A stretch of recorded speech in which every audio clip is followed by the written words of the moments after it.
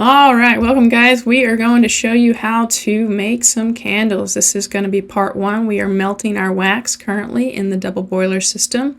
Here is our pre-measured fragrance and dye to the side. Now you see our wax is completely melted and it is at our mixing temperature. So we're going to go ahead and add the dye. Once I get it open. All right, so we're adding in the dye.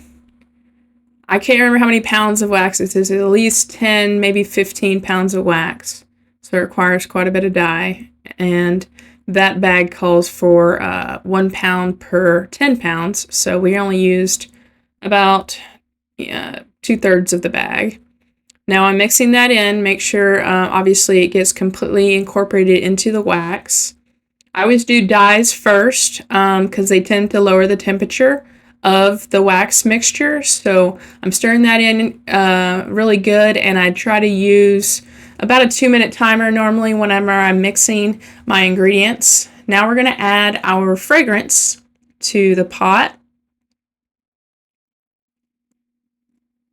And I believe this is going to be in the blueberry cobbler fragrance. Yeah, that's exactly what we made that month. So now I'm mixing that in. Again, you want to make sure that your ingredients get completely absorbed inside the wax because your wax is like a sponge. So it has to absorb all of that with the dye and the fragrance to be completely blended properly so you don't have any separation, which is super important. And then we're going to let it cool down. Stay tuned for part 2.